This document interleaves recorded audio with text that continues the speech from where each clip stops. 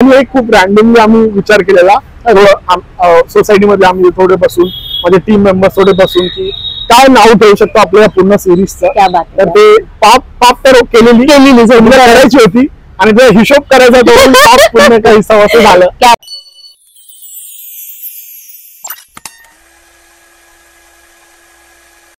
नमस्कार मित्र, सिने चित्रमध्ये तुमच्या सगळ्यांचं खूप स्वागत आहे. खरं तर असं म्हणतात ना की आयुष्यात आपण पापच जास्त करत आलोय आणि पुण्याचं काम खूप कमी करत आलोय. पण असा एक मुलगा आहे ना की त्यांनी 100 दिवस मला तरी वाटतं की त्यांनी फक्त पुण्याचं काम केलंय. एक घरातली सामान्य माणूस ते आज तो इतक्या जणांच्या मनात त्यांनी घर गेला. आणि खरं तर हे मागचं जे बॅकग्राऊंड हे मंदिर खूप लकी ठरलं त्यासाठी, कारण का सुरुवात जिथून केली होती शेवटही तिथेच झालाय. खरं तर तो मुलगा आता सगळ्यांच्या ओळखीचा आहे, त्याच्या नावाची पण गरज नाही. पाप पुण्य का हिसाब ही सिरीज त्यांनी सुरू केली आणि क्या बात आहे, सोशल मीडियावर फक्त दिमाग घातलाय.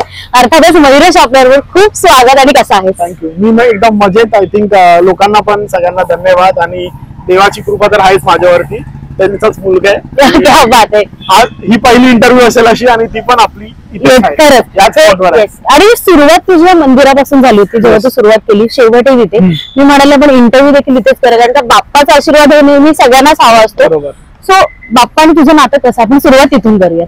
आधी माझं नावच बाप्पाचं नाव जास्त मी काय बोलणार नाही. आणि आय थिंक त्यांनी जे पण दिलंय ते आता मी जे पण करत आलो ते त्यांचीच कृपा असं मला वाटतं, कारण हे मी चूज नाही केलेलं. I think it was his will की बाबा हे करावं आणि मी एक फक्त मीडियम होतो आणि ते झालं माझ्याकडून असं मला वाटतं. खरं तर आधी देखील तुझे मी व्हिडिओ बघितले तेव्हा तू नॉर्मल कॉन्टेंट करायचं. बरोबर. ही थॉट प्रोसेस कशी सुचली की आपण असं काहीतरी करूयात आणि 100 डेचं चॅलेंजच का करावं असं वाटतं? 100 डेजचा ऍक्च्युअली रॅन्डम होता. या मागचा थॉट असा होता की मला सोसायटीसाठी काहीतरी करायचं होतं आधीपासून. जसं मी आय थिंक कॉलवर रेग्युलर डिस्कस केलेलं की I wanted to represent India somewhere. ठीक आहे, तर ते क्रिकेट जर्नी झाली नाही, पण मला असं वाटतं की कुठे ना कुठे या पुढे ते होईल नक्की असं मला वाटतं. तर सोसायटीसाठी काय करू शकतो आपण, तर हे होतं आणि ते त्या माध्यमातून पाप पुण्य काही हिसाब झालं आणि याच्या पुढेही मी करेल असं नक्की. पण जेव्हा आपण एखादी सिरीज करत असतो आपण 1 दिवस 2 दिवस 3 दिवस बरेच दिवस करतो, पण कुठेतरी आपल्याला वाटतं की ते वर्क नाही होतं. बरोबर. म्हणजे आपण सुरुवात करतो पण नंतर आपला रोलच होतो. तुला असं कुठे वाटलं की माझं वर्क होतं, आपण अजून थोड्याला काहीतरी वेगळं करू शकतो, काय आपण आणू शकतो वेगळं, तुला केव्हा वाटतं? आय थिंक 20-25 दिवस तर ते वर्क नव्हतंच करत. एकदम नॉर्मल व्ह्यू म्हणजे आपण मोस्टली क्रिएटर्स कसे असतात की व्ह्यूज नाही जात आहे, रीच नाही जात आहे आणि एंगेजमेंट नाही येत आहे, तर ते काहीच नाही होत होतं.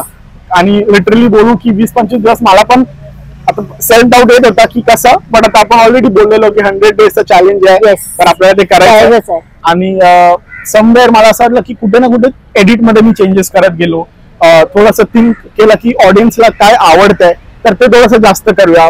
मला जे वाटत होतं ते थोडंसं कमी केलं आणि लोकांशी कनेक्ट करायचा प्रयत्न केला. त्याच्यानंतर असं नव्हतं की फक्त काहीतरी देऊनच त्यांचं आपलं पुण्य होणार, थोडंसं त्यांचं ऐकून थोडंसं त्यांना काय म्हणायचं ते सगळं विचार करून I think he series complete झाली. पण नाव कसं सुचलं, पाप पुण्य का हिसाब? म्हणजे नावच खूप इंटरेस्टिंग आहे. आपण नेहमी म्हणत असतो आयुष्यात की मी इतके पाप केले की कधी ते पुण्य करेल आणि कधी पुण्याचं काम करून माहिती नाही. म्हणजे रस्त्यानं आपण जाताना जस्ट एखाद्याला आपण 1 रुपया वगैरे किंवा खाऊची मदत करतो.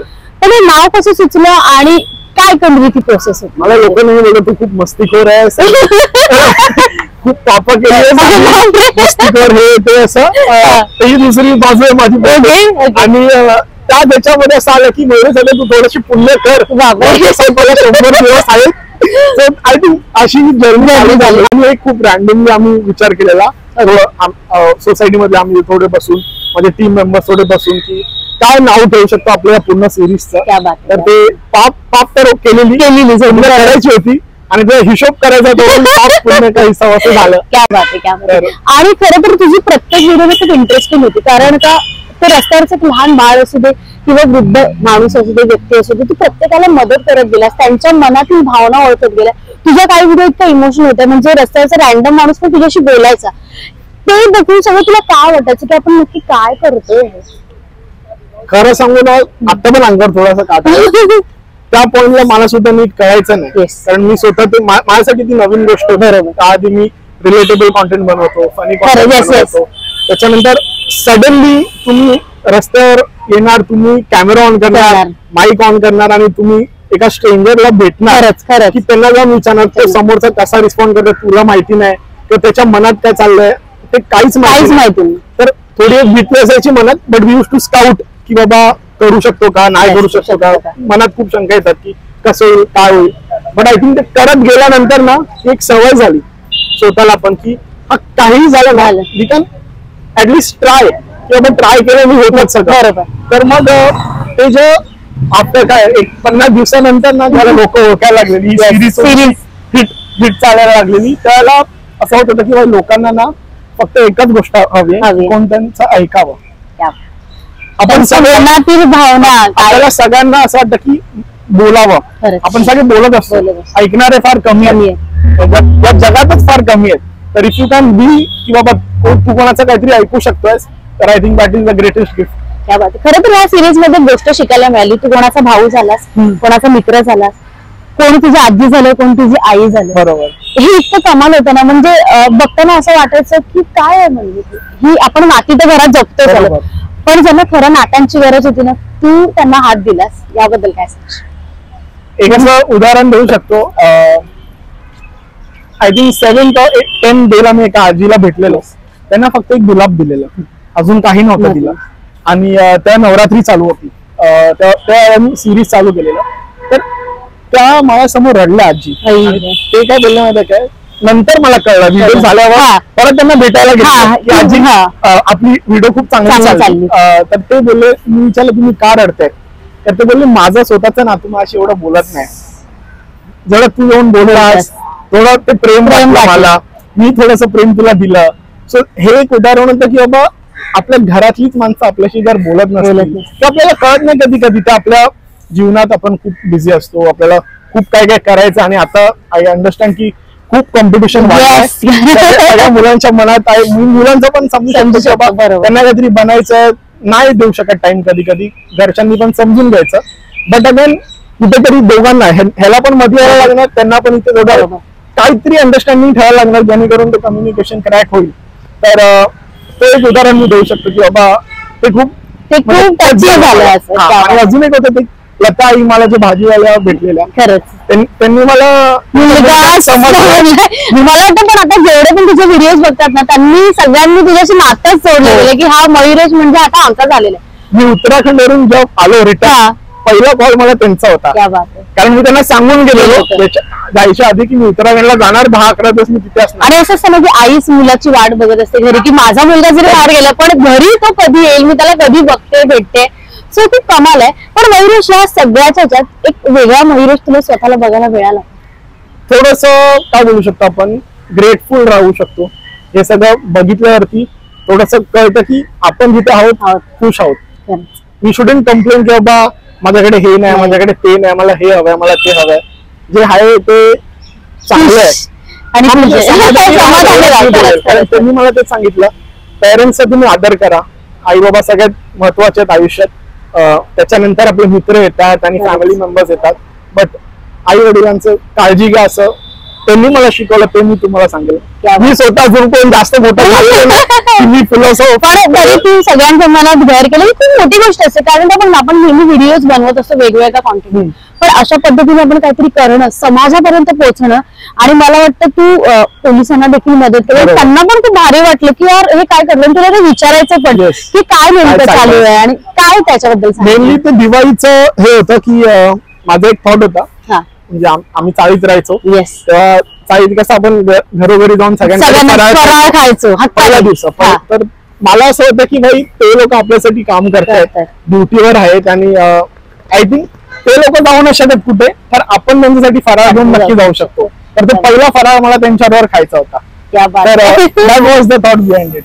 नक्कीच. आणि खरं तर ही आता सिरीज तर संपलेली आहे, पुन्हा नव्याने आमच्या समोर काय आणणार आहेस, तुला नेमकं काय करायचं आहे आता लोकांसाठी? आता मला असं वाटतं की जे फॉलो करतात मला त्यांच्यासाठी सुद्धा काहीतरी करायचंय. Okay, not just for the needy people, त्यांच्यासाठी तर करूयाच, सगळे मिळून करूया. बट ऑलरेडी ज्या लोकांना माझ्याशी बोलायचं कधी कधी कनेक्ट नाही करू शकत, सोशल मीडियावर खूप सारे डीएम्स असतात, तर त्यांच्यासाठी मी काहीतरी एक आता प्लॅनिंग चालू आहे मंथली किंवा वीकली त्यांचं ऐकून घेण्यासाठी त्यांच्यासाठी काहीतरी, आणि असं नाही की फक्त पैसे देऊनच जे लोक अफोर्ड नाही करू शकत त्यांच्यासाठी फ्री सुद्धा. हे माझ्याकडून तुमच्यासाठी एवढं प्रेम दिलं, मी एवढं तर करू शकतो. नक्कीच. आणि खरं तर जे प्रेक्षक मयुरेश म्हणजे आधीपासून जरा बघत होती, पण ते प्रेक्षक मयुरेश नेमका कसा आहे आता त्यांना कळाला आहे, मयुरेशच्या भावना काय, तो मयुरेशचा विचार काय असतो, हे जे प्रेक्षक असतात ना, त्या प्रेक्षकांना तुला काय सांगायला आवडेल की म्हणजे तुम्ही जे आहात जसं त्यात खुश राहा, किंवा आपण जर एखाद्याला मदत केली तर त्यातून आपल्याला खुशी मिळू शकते. त्यातून खुशी मिळतेच, आणि म्हणजे कसं बोलू, एक्सपेक्टच नाही करू शकत की ते लोक तुम्हाला काय देतील रिटर्न मध्ये. म्हणजे असं नाही की मोठी काय गोष्ट म्हणजे छोट्या छोट्या गोष्टी आपण लाईफ मध्ये मिस आउट करतो ना या बिझी शेड्यूलमुळे, ते तुम्हाला मिळून जातं. पण एक गोष्ट मला विचारायचं की इतक्या सगळ्या लोकांना भेटल्यास, इतक्या सगळ्या माणसांशी बोलल्या, त्यांच्या मनातलं जाणून घेतलं, कुठेतरी असं वाटलं की ते खूप सगळेच एकटे पडले होते, एकटेपणा त्यांना खात होता तो.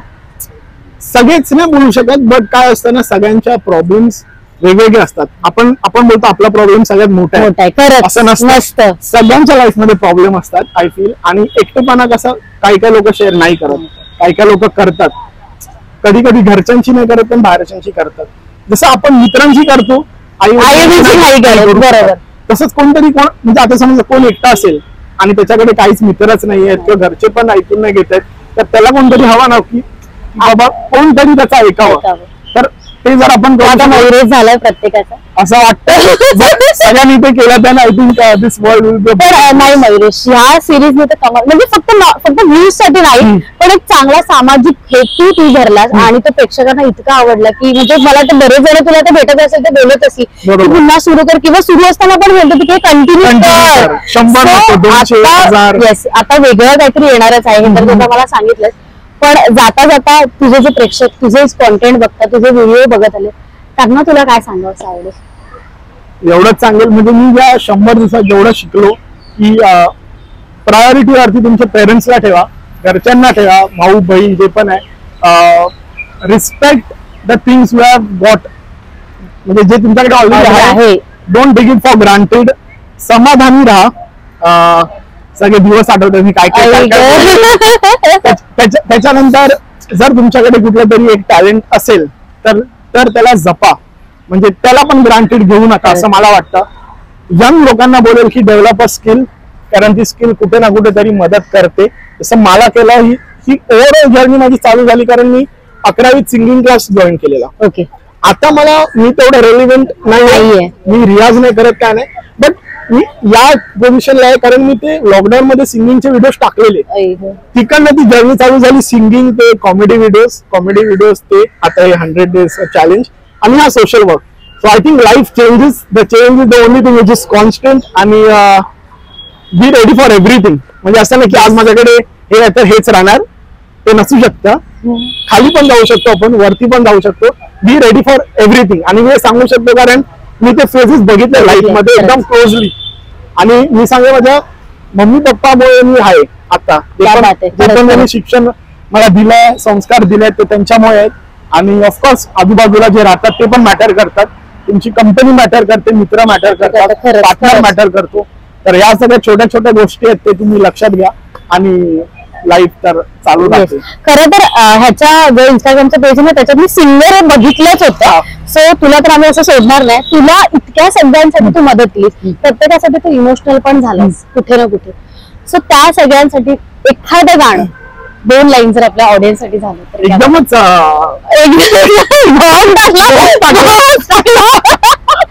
कारण काय कसं असतं ना की काही गोष्ट पण बोलू नये पण त्या गाण्यातून व्यक्त होतात. आणि जर जो सिंगर आहे म्हटल्यावरती त्या सगळ्या होतो पण आता कसं आवाज त्या सगळ्यांसाठी 2 लाईन्स किंवा त्यांच्यासाठी एखादं गाणं जर तुला डेडिकेट करायचं असेल त्या सगळ्यांसाठी.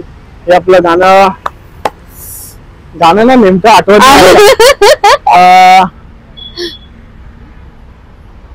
कुठलं गाणं होतं यार, यूज केलंय व्हिडिओ नाही. जिंदगी की अभी जीत है, हार के बाद ही जीत है. सो हे गाणं आय थिंक मोटिवेट पण करेल तुम्हाला आणि लाईफ बद्दल खूप काही शिकून जाईल. सो गाणं त्यांच्यासाठी, हे गाणं तुमच्यासाठी. येस. आणि असंच आपल्याला मयुरेशला वेगवेगळ्या अजून सिरीज मधून बघायचं आहे. खूप मोठा हो, तुला कधीही आमची मदत लागली तर आम्ही नक्की येऊ. आणि तुला कसं वाटलं? खूप भारी. मी तुला पहिला म्हणलं की this was the first interview kind of a thing about the papa, कारण मी आता दुसरा आणि म्हणजे बऱ्याच ठिकाणी मला मेसेज वगैरे आले की हे करायचं ते करायचंय, बट मी बोललो माझ्या जवळ जे आहे मी ते करू शकतो. आणि आपण आज भेटलो आणि ही इंटरव्ह्यू झाली. आय थिंक आय होप किंवा जे बघतायत त्यांच्यासाठी हे थोडंसं इन्फॉर्मेटिव्ह होतं, तुम्हाला काहीतरी शिकायला मिळालं जसं आपल्या नॉर्मल व्हिडिओज मधून मिळतं.